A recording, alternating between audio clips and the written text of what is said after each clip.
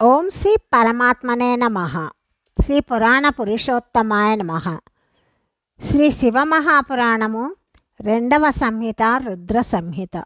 ఈ రుద్ర సంహితలోని ద్వితీయ ఖండము సతీఖండములోని 41, 42 అధ్యాయాలు మనం తెలుసుకుంటున్నాము. మొత్తం సతీఖండములోని 29వ భాగము మనం ఈరోజు తెలుసుకుంటాము. ఈ అధ్యాయాలలో భగవంతుడైన శివుని దేవతలు స్తుతించటము, దేవతలు మొదలుగా వారి అంగములు మునుపటిలాగా చక్కగా ఉండునట్లుగా, దక్షుడు జీవించినట్లుగా వరమునొసగటము, శ్రీహరి మొదలగు వారితో యజ్ఞమండపమునకు వెళ్ళి శివుడు దక్షుని జీవింపచేయుట, దక్షుడు విష్ణువు మొదలుగా వారి చేత ఆ స్వామి స్తుతింపబడుట మనం తెలుసుకుంటాము. దేవతలు భగవంతుడైన శివుని అత్యంత వినయముతో స్తుతించారు. చివరిగా ఇలా చెప్తున్నారు: మీరు పరమ ఉత్కృష్టులు, పరమేశ్వరులు, పరాత్పరులు, రక్షించేవారు, సర్వవ్యాపియు, విష్ణుమూర్తియు, మహేశ్వరులు అయిన మీకు నమస్కారము. మీరు విష్ణు కళత్రులు, విష్ణుక్షేత్రము, భానులు, భైరవులు, శరణాగత వత్సలురు, త్రయంబకులు, విహరణశీలురు, మృత్యుంజయులు మీరే. త్రిగుణులు, త్రిగుణాత్మకులు మీకు నమస్కారములు. చంద్రుడు, సూర్యుడు, అగ్నియు మీ నేత్రములు. మీరు సమస్తమునకు కారణము, ధర్మ మర్యాద స్వరూపులు. మీరు మీ తేజస్సుతో సకల జగత్తునందు వ్యాపించి ఉన్నారు. నిర్వికారులు, ప్రకాశముతో నిండినవారు, చిదానంద స్వరూపులు, పరబ్రహ్మ పరమాత్ములకు మహేశ్వర.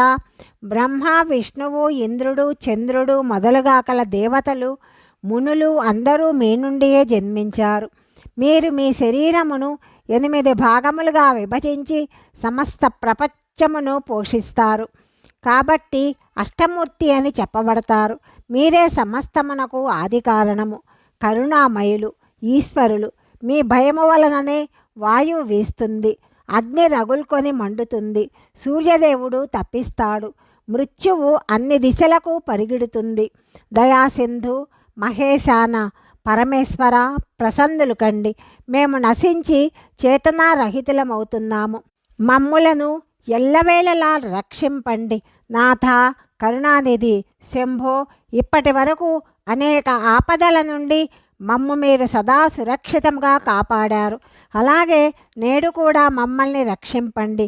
దుర్గేశ, మీరు దయతో ఈ నిలిచిపోయిన యజ్ఞమును, ప్రజాపతి అయిన దక్షుని కూడా ఉద్ధరింపండి.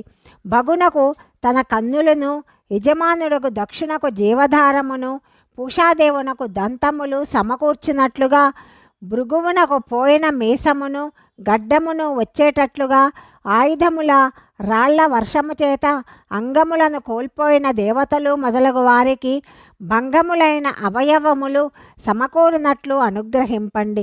వారికి సంపూర్ణముగా ఆరోగ్యము ప్రసాదించండి. ప్రభు, యజ్ఞకర్మ పూర్తి అయిన తర్వాత మిగిలినదంతా సంపూర్ణముగానే మీ భాగమవుతుంది. దానిలో ఇంకెవరికీ భాగముండదు. రుద్రదేవ, మీ భాగము చేతనే యజ్ఞము పూర్తి కావాలి, అన్యథా అది సంపూర్ణతను సంతరించుకోలేదు. ఈ విధముగా బ్రహ్మణకు నాతో పాటు దేవతలందరూ తమ అపరాధములను క్షమింపచేసుకోవడానికి ఉద్యమించారు. చేతులు జోడించి ఆ స్వామికి సాగలబడి సాష్టాంగ దండ ప్రణామాలు చేశారు. బ్రహ్మ చెప్తున్నాడు: నారద, బ్రహ్మణకు నేను, లోకపాలురు, ప్రజాపతులు, మునులతో కూడి శ్రీపతి అయిన విష్ణుదేవుడు ప్రార్థించగా పరమేశ్వరుడైన శివుడు ప్రసన్నుడయ్యాడు. దేవతలను ఓదారుస్తూ పరమేశ్వరుడైన శివుడు నవ్వి వారిని అనుగ్రహిస్తున్నట్లు ఇలా చెప్తున్నాడు. శ్రీ మహాదేవుడు చెప్తున్నాడు: సురశ్రేష్ఠులకు విష్ణు బ్రహ్మ దేవతలారా, మీరిరువురు సావధానులై నా మాటలు వినండి. నేను సత్యమునే చెప్తాను. మీ ఇరువురి మాటలన్నింటినీ నేను ఎల్లవేళలా అంగీకరిస్తాను. దక్షుని యజ్ఞమును నేను ధ్వంసము చెయ్యలేదు. దక్షుడు స్వయముగానే ఇతరులను ద్వేషిస్తాడు. ఇతరులతో తాము ఎలా వ్యవహరిస్తారో వారికి అట్టి ఫలమే లభిస్తుంది. ఇతరులను కష్టము కలిగించే పనిని ఎప్పుడూ చెయ్యరాదు. దక్షుని తల కాలిపోయింది, ఆ స్థానములో మేకతల అమర్చబడుగాక. భగదేవుడు మిత్రుని కన్నులతో తన యజ్ఞభాగమును చూచుగాక. పూజ్యులారా, పూషాదేవుని దంతములు విరిగిపోయినాయి. యజమానుని దంతములతో చక్కగా నమిలి అతడు యజ్ఞాన్నమును భుజించుగాక. నేను సత్యమునే చెప్తున్నాను. నన్ను విరోధించు భృగుని గడ్డము స్థానమునందు మేకగడ్డము అమర్చబడుతుంది. నాకు యజ్ఞభాగ రూపమున యజ్ఞమునందు మిగిలిన వస్తువులిచ్చిన మిగిలిన దేవతలందరూ వారి వారి అంగములతో శోభిల్లుతారు. అథర్వుడు మొదలుగా గల యాజ్ఞికులు విరిగిపోయిన భుజములకు బదులుగా అశ్వనీ కుమారుల భుజములతో, చేతులు కోల్పోయిన వారు పూషాదేవుని హస్తములతో వారి వారి పనులు చేసుకుందురుగాక. నేను మీ మీదనున్న ప్రేమతో ఇలా చెప్పాను.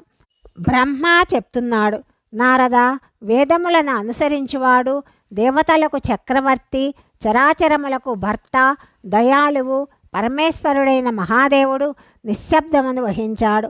భగవంతుడకు శంకరుని మాటలు విని విష్ణువు, బ్రహ్మ మొదలుగా గల దేవతలు సంతుష్టులయ్యారు. వారు వెంటనే సాధువాదములు చెయ్యసాగారు. తరువాత భగవంతుడైన శంభుని ఆహ్వానించి బ్రహ్మనకు నన్ను, దేవర్షులను వెంట తీసుకొని శ్రీ మహావిష్ణువు ఎంతో సంతోషముతో మరలా దక్షుని యజ్ఞశాల వైపుకు వెళ్ళాము. ఇట్లు వారి ప్రార్థనతో భగవంతుడైన శంభుడు, విష్ణువు మొదలుగా గల దేవతలతో కూడి కనకలమందున్న ప్రజాపతి అయిన దక్షుని యజ్ఞశాలకు చేరుకొన్నాము. రుద్రదేవుడు వీరభద్రుని చేత నశింపచేయబడిన యజ్ఞమును, దేవతలను, ఋషులను చూశాను. స్వాహ, స్వధ, పూష, తుష్టి, ధృతి, సరస్వతి ఇంకా సకల ఋషులు, పితరులు, అగ్ని, అనేకులు, యక్ష, గంధర్వ, రాక్షసులు అక్కడ పడి ఉన్నారు. వారిలో కొంతమంది అవయవములు ఖండించబడి ఉన్నాయి, కొందరి వెంట్రుకలు పీకబడి ఉన్నాయి. ఎంతోమంది ఆ సమరాంగణమునందు తమ ప్రాణములను కోల్పోయి ఉన్నారు.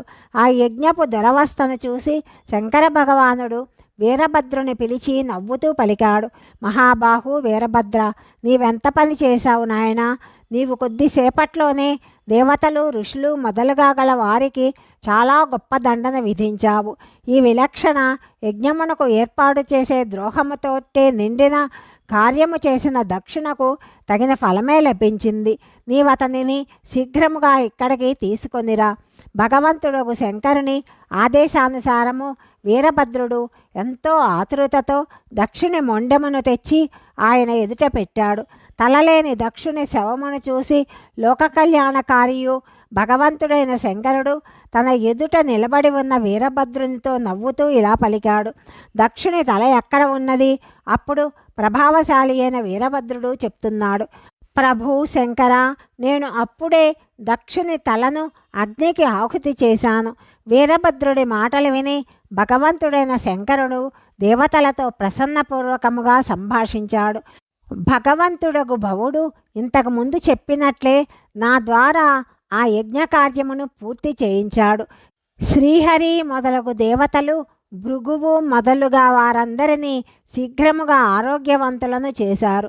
తరువాత శంభుని ఆదేశానుసారము ప్రజాపతి యొక్క మొండెమునకు యజ్ఞపశువైన మేకతల జోడించబడింది.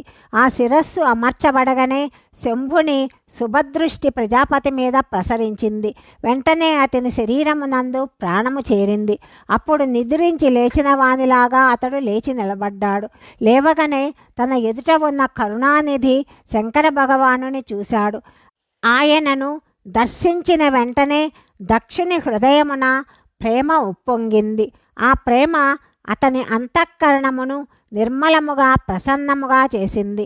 మొదట మహాదేవుని ద్వేషించుట వలన అతని హృదయము మలినమై ఉన్నది. ఆ సమయమున శివుని దర్శనము చేత అప్పటికప్పుడు శరతృతువునందలి చంద్రునిలాగా నిర్మలుడయ్యాడు. అతని మనస్సులో శివస్తుతి చేయాలనే సంకల్పము కలిగింది. కానీ చనిపోయిన తన పుత్రికను స్మరించుకుంటూ ఆమె అందలి అనురాగాధిక్యత చేత వ్యాకులపాటుకు లోనైన దక్షుడు ఆ స్వామిని అప్పటికప్పుడు స్తుతించలేకపోయాడు. కొద్దిసేపటి తరువాత మనస్సును స్థిరపరుచుకొని దక్షుడు లజ్జితుడయ్యాడు. లోకశంకరుడైన శివశంకరునకు ప్రణామము చేసి ఆ స్వామిని స్తుతింపసాగాడు. భగవంతుడైన శంకరుని మహిమను గానము చేస్తూ అతడు పదే పదే ఆ స్వామికి నమస్కరించాడు.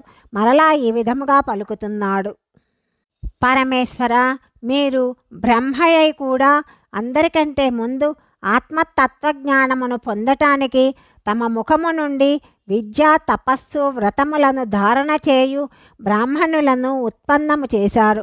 గొల్లవాడు కర్ర తీసుకొని గోవులను రక్షించినట్లు మర్యాద పాలకుడవు పరమేశ్వరుడవు అయిన నీవు దండమును ధరించి ఆ సాధువులకు బ్రాహ్మణులను సకల ఆపదల నుండి రక్షిస్తావు.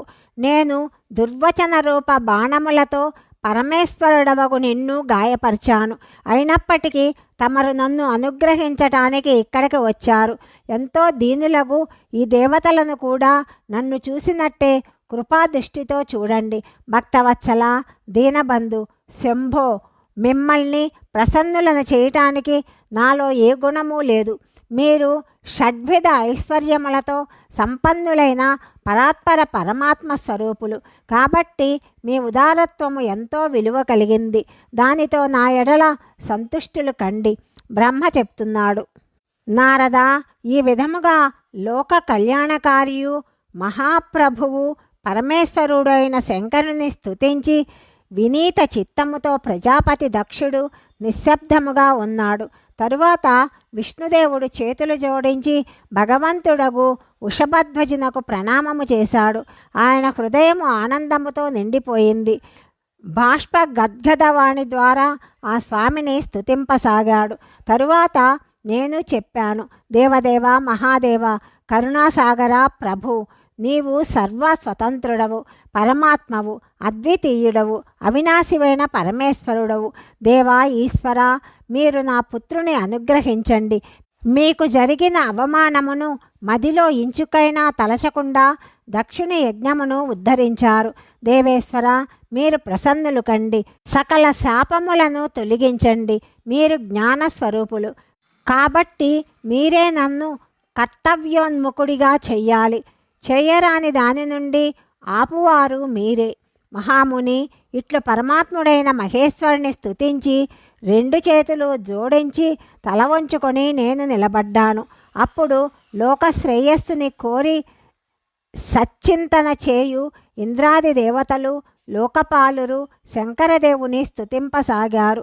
అప్పుడు శివభగవానుని ముఖారవిందము ప్రసన్నతతో వికసించి ఉన్నది. దీని తరువాత ప్రసన్న చిత్తులై సకల దేవతలు, ఇతరేతర సిద్ధులు, ఋషులు, ప్రజాపతులు కూడా ఆనందముతో శంకరుని స్తుతించారు. వీరే కాక ఉపదేవతలు, నాగులు, సదస్యులు, బ్రాహ్మణులు వేరువేరుగా ప్రణామములు చేస్తూ ఎంతో భక్తిభావముతో ఆ ప్రభువును స్తుతించారని బ్రహ్మదేవుడు నారదునితో చెప్పాడని సౌనకాది మునులకు సూత మహర్షి చెప్పాడు. అధ్యాయము 41, 42 సమాప్తము. 43వ అధ్యాయము గురించి తదుపరి భాగంలో తెలుసుకుందాం. సర్వం శ్రీ పరమేశ్వరార్పణమస్తు.